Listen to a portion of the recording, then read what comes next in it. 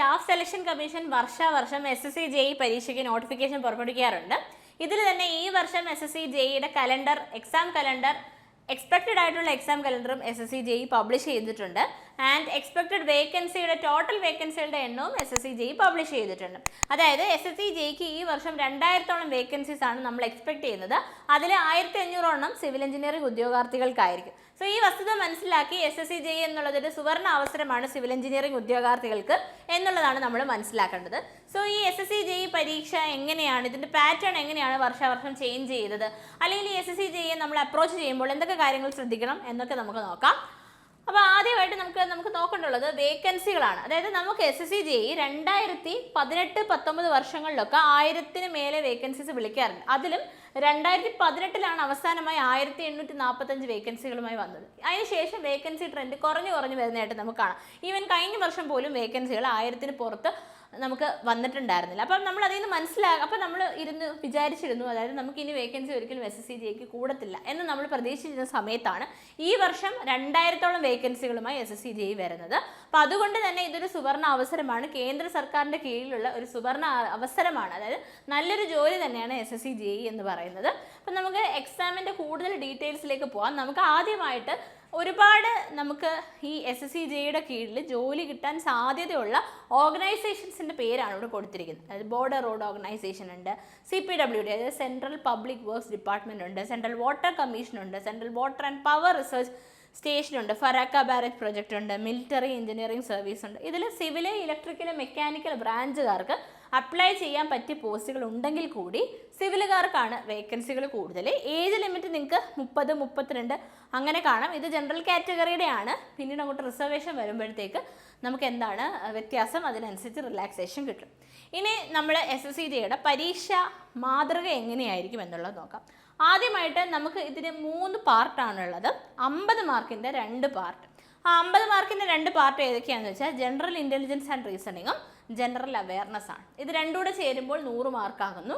പിന്നെ അഡീഷണലി 100 മാർക്കിന് നമ്മൾ സിവിൽ എഞ്ചിനീയറിംഗ് സ്റ്റുഡൻസിനാണെങ്കിൽ സിവിൽ എഞ്ചിനീയറിംഗ് പേപ്പറിൽ നിന്നുള്ള ചോദ്യങ്ങളാണ് ഉണ്ടാവും. അങ്ങനെ മൊത്തം 200 മാർക്കിൻ്റെ ഒരു പരീക്ഷയാണ് നമ്മൾ ആദ്യം SSC JEEയിൽ നേരിടുന്നത്. ഓക്കെ, ആ ഫസ്റ്റ് CBT 1 എന്നറിയപ്പെടുന്ന പരീക്ഷയിൽ 200 മാർക്കിൻ്റെ ഒരു പേപ്പറാണ് നമ്മൾ അറ്റൻഡ് ചെയ്യേണ്ടത്. അതിന് കിട്ടുന്ന സമയം എന്ന് പറയുന്നത് 2 മണിക്കൂറാണ്. അതായത് 200 മാർക്ക്, 200 ചോദ്യങ്ങൾ 120 മിനിറ്റ് കൊണ്ട് നമ്മൾ അപ്രോച്ച് ചെയ്ത് തീർക്കണം. അപ്പോൾ അതായത് ഒരു ചോദ്യത്തിന് നമുക്ക് ലെസ് ദാൻ 1 മിനിറ്റിനുള്ളിൽ ഉത്തരം എഴുതിയാൽ മാത്രമാണ് 200 ചോദ്യങ്ങളിലൂടെ നമുക്ക് കടന്നു പോകാൻ പറ്റും.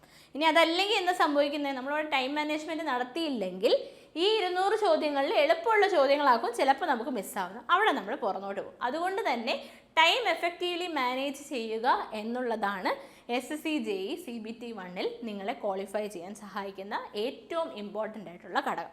ഇനി സിവിൽ എഞ്ചിനീയറിംഗിൽ സ്ട്രോങ് ആയിട്ടുള്ള ഒരു ഉദ്യോഗാർത്ഥിയാണെങ്കിൽ ഇവിടെ അഡീഷണലി ജനറൽ അവയർനെസ്സും ജനറൽ ഇൻ്റലിജൻസ് ആൻഡ് റീസണിങ്ങും നോക്കിയേ മതിയാവും. അത് രണ്ടും ഇല്ലാതെ സിവിലിൻ്റെ 100 മാർക്ക് വെച്ചിട്ട് നമുക്ക് ഒരിക്കലും ഈ പരീക്ഷ ക്വാളിഫൈ ചെയ്യാനുള്ള ചാൻസസ് വളരെ കുറവാണ്. ഇനി നമുക്ക് നമ്മുടെ ജനറൽ റീസണിങ് ആൻഡ് ഇൻ്റലിജൻസിൽ സാധാരണ വരുന്ന ടോപ്പിക്കുകൾ തന്നെയാണ് classification, word formation, verbal reasoning, problem solving, reasoning puzzles, analogy, when diagram, non verbal reasoning, similarities and differences, statement and conclusion, calendar, seating arrangement, അങ്ങനെ സാധാരണ നമ്മൾ ക്വാണ്ടിറ്റേറ്റീവ് ആപ്റ്റിറ്റ്യൂഡും റീസണിങ്ങും ഒരു പരീക്ഷയ്ക്ക് ഏതൊക്കെ ചോദിക്കാമോ അതൊക്കെ തന്നെയാണ് ഇവിടെയും ഉള്ളത്. പിന്നെ ജനറൽ അവയർനെസ്സിലേക്ക് വരുമ്പോഴത്തേക്ക് നമുക്ക് ജനറൽ പോളിറ്റി ഉണ്ട്, എക്കണോമിക്സ് ഉണ്ട്, ജോഗ്രഫി ഉണ്ട്, ഹിസ്റ്ററി, കൾച്ചർ, അങ്ങനെ തുടങ്ങിയ കാര്യങ്ങൾ. അത് 8, 9, 10 NCERT ടെക്സ്റ്റിനെ ബേസ് ചെയ്തിട്ടാണ് ജനറൽ അവയർനെസ് വരുന്നത്. ഇനി സിവിൽ അതിനകത്ത് നമുക്ക് ജനറൽ അവയർനെസ് എടുത്തു കഴിഞ്ഞാൽ നോർമലി ഒരു മാർക്ക് ഡിസ്ട്രിബ്യൂഷൻ എങ്ങനെയാണെന്ന് വെച്ചാൽ ഹിസ്റ്ററി ആൻഡ് കൾച്ചറിന് ഒരു 4-5 മാർക്ക് വരും, ജോഗ്രഫിക്കും 4-5 മാർക്ക് ഉണ്ടാവും, എക്കണോമിക്സിന് 4-5 മാർക്ക് ഉണ്ടാവും, ജനറൽ പോളിറ്റി 4-5 മാർക്ക് ഉണ്ടാവും, ഫിസിക്സ്, കെമിസ്ട്രി, ബയോളജി ചേർത്തിട്ട് 16 മാർക്ക്. അപ്പോൾ ഇത് ഇത്രയും 8, 9, 10-ൻ്റെ NCERT ടെക്സ്റ്റ് ബുക്കിനെ ബേസ് ചെയ്തിട്ടാണ് ചോദിക്കുന്നത്. കമ്പ്യൂട്ടറിൽ നിന്ന് 2 mark, then current affairs 9 mark, scientific research 2 mark. ഇതിൽ നിങ്ങൾക്ക് ഒഴിവാക്കാൻ പറ്റുമെന്ന് ഞാൻ സജസ്റ്റ് ചെയ്യുന്നത് ഈ കറണ്ട് അഫയേഴ്സ് മാത്രമാണ്. വേണമെങ്കിൽ അത് ഒഴിവാക്കി പഠിച്ചാലും പ്രശ്നമില്ല. കാരണം കറണ്ട് അഫയേഴ്സ് എല്ലാ ദിവസവും അപ്ഡേറ്റ് ചെയ്യാൻ ചിലപ്പോൾ നമുക്ക് സമയം കിട്ടത്തില്ല. പക്ഷേ ബാക്കി ഇത്രയും മാർക്കും ജനറൽ അവയർനെസ് നമുക്ക് ഒന്ന് എഫേർട്ട് എടുത്തു കഴിഞ്ഞാൽ സ്കോർ ചെയ്യാൻ പറ്റിയ ടോപ്പിക്സും എളുപ്പമായിട്ടുള്ള ടോപ്പിക്സുമാണ്. ഓക്കെ, ഇനി നമുക്ക് ടെക്നിക്കൽ സെഷനിലേക്ക് വരുമ്പോഴത്തേക്ക് നമുക്കറിയാം നമ്മുടെ സിവിൽ എഞ്ചിനീയറിംഗിൻ്റെ കോർ പേപ്പേഴ്സായ RCC, theory of structures, steel, environmental engineering, transportation, GT, hydraulics, irrigation. പക്ഷേ നമുക്കൊരു 2018, 20, 21 വർഷം വരെ ഏകദേശം നമുക്കൊരു ഐഡിയ ഉണ്ടായിരുന്നു ചില സബ്ജക്റ്റുകൾ ലൈക്ക് ഇറിഗേഷൻ എഞ്ചിനീയറിംഗ് ആണെങ്കിലോ നമുക്ക് അല്ലെങ്കിൽ തിയറി ഓഫ് സ്ട്രക്ചേഴ്സ് ആണെങ്കിലോ RCC ഒന്നും അധികം ചോദ്യം ചോദിച്ചിരുന്നില്ല. പക്ഷേ ഇപ്പോൾ ഓൾമോസ്റ്റ് എല്ലാ സബ്ജക്റ്റും ഒരു 8 മുതൽ 10 മാർക്കിൻ്റെ വെയിറ്റേജ് അല്ലെങ്കിൽ 10ൽ കൂടുതലോ ഒക്കെ വെയിറ്റേജ് കിട്ടാറുണ്ട്. അതുകൊണ്ട് തന്നെ ടെക്നിക്കൽ സിലബസ് കംപ്ലീറ്റ്ലി കവർ ചെയ്താൽ മാത്രമാണ് നമുക്ക് CBT-1 ക്വാളിഫൈ ചെയ്യാൻ പറ്റുന്നത്. ഇനി നമ്മൾ മെയിനായിട്ടും പഠിക്കേണ്ട സബ്ജക്ട്സ് SSC JEE പഠിക്കുന്ന ഒരാൾ നിർബന്ധമായും പഠിക്കേണ്ട subjects building materials, building construction, concrete technology, surveying, geotechnical engineering, hydraulics. ഇതെത്രയും ആദ്യം പഠിച്ച് റിവൈസ് ചെയ്ത് ചോദ്യങ്ങൾ ചെയ്ത് തീർക്കാനായിട്ട് നോക്കുക. അതിനുശേഷം നമ്മൾ estimation, theory of structures, RCC, steel, hydraulics ഇത്രയും സബ്ജക്ട്സ് ഈ ഓർഡറിൽ തന്നെ നിങ്ങൾ പഠിക്കണം. കാര്യം എന്ന് വെച്ച് കഴിഞ്ഞാൽ ഈ ഓർഡറിൽ പഠിക്കാൻ പറയാനുള്ള കാരണം തിയറി ഓഫ് സ്ട്രക്ചേഴ്സിൻ്റെ കണ്ടിന്യൂഷനാണ് RCC, സ്റ്റീലൊക്കെ. അതുകൊണ്ടാണ് ഞാൻ ഈ ഓർഡർ ഇട്ടിരിക്കുന്നത്.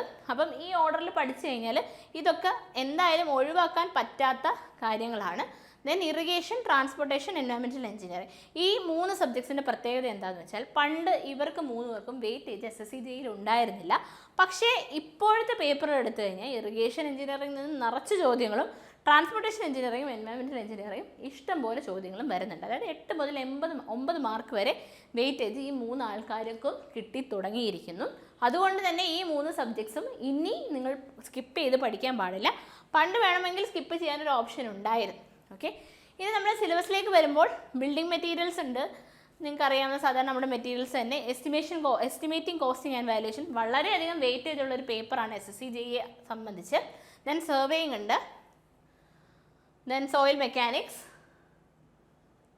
ഹൈഡ്രോളിക്സ്, ഇറിഗേഷൻ എഞ്ചിനീയറിംഗ്, അടുത്ത ഇമ്പോർട്ടൻ്റ് ആയിട്ടുള്ള ആളാണ് transportation engineering, environmental engineering, then structural എഞ്ചിനീയറിംഗിൽ തിയറി ഓഫ് സ്ട്രക്ചേഴ്സ്. അതിനകത്ത് നമുക്ക് തന്നെ തിയറി ഓഫ് സ്ട്രക്ചേഴ്സിൽ കുറച്ച് നമ്മുടെ മോസും ഉണ്ട്, കുറച്ച് നമ്മുടെ സ്ട്രക്ചറൽ അനാലിസിസും വരുന്നുണ്ട്. RCC, സ്റ്റീൽ, കോൺക്രീറ്റ് ടെക്നോളജി ഇത്രയും കാര്യങ്ങളാണ് നമുക്ക് നമ്മുടെ സിലബസിലുള്ളത്. ഇത് നമ്മുടെ CBT-1 ഒരു നേച്ചറാണ് പറയുന്നത്. അപ്പോൾ CBT-1 എന്ന് പറയുന്നത് നിങ്ങൾക്ക് ക്വാളിഫൈ ചെയ്യാനായിട്ട് 200 മാർക്കിനകത്ത് ഉള്ള പരീക്ഷ നിങ്ങൾ നേരിടുന്നു.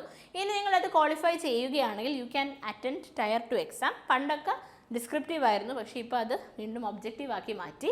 അവിടെ 100 ചോദ്യങ്ങൾ മതി നിങ്ങൾക്ക്. 100 ചോദ്യങ്ങളിൽ നിങ്ങൾക്ക് കിട്ടുന്ന മാർക്ക് 300 മാർക്കായിരിക്കും. അതായത് ഒരു ക്വസ്റ്റിന് 3 മാർക്ക് എന്നുള്ളതാണ്. അപ്പോൾ ഒരു ക്വസ്റ്റിന് 3 മാർക്ക് അവോയ്ഡ് ചെയ്യണമെങ്കിൽ എക്സാമിനർ എന്തായാലും ആ ക്വസ്റ്റ്യൻ എന്ന് പറയുന്നത് അത്രയും രീതിയിൽ ഇരുന്ന് ചിന്തിക്കാൻ സമയം ഉദ്യോഗാർത്ഥിക്ക് വേണ്ടുന്ന ചോദ്യങ്ങളായിരിക്കും. അപ്പോൾ അതുകൊണ്ട് തന്നെ സ്റ്റേറ്റ്മെൻറ്റ് ടൈപ്പ് ചോദ്യങ്ങൾ, അതുപോലെ തന്നെ അസേഷൻ റീസൺ ടൈപ്പ് ചോദ്യങ്ങൾ, ന്യൂമറിക്കൽസ്, ഫാക്ട് ബേസ്ഡ് ചോദ്യങ്ങളൊക്കെ തന്നെ ഇമ്പോർട്ടൻ്റ് ആയിട്ടും പഠിച്ചു വെച്ചാൽ മാത്രമേ നമുക്ക് എന്ത് ചെയ്യാൻ പറ്റുള്ളൂ, CBT-2 അല്ലെങ്കിൽ Tier 2 ക്വാളിഫൈ ചെയ്യാൻ പറ്റൂ. ഈ 2 ടയറും ക്വാളിഫൈ ചെയ്ത് ഒരു ഇൻ്റർവ്യൂവിന് ശേഷമായിരിക്കും നമുക്ക് SSC JEE പോസ്റ്റിംഗ് ആവുന്നത്.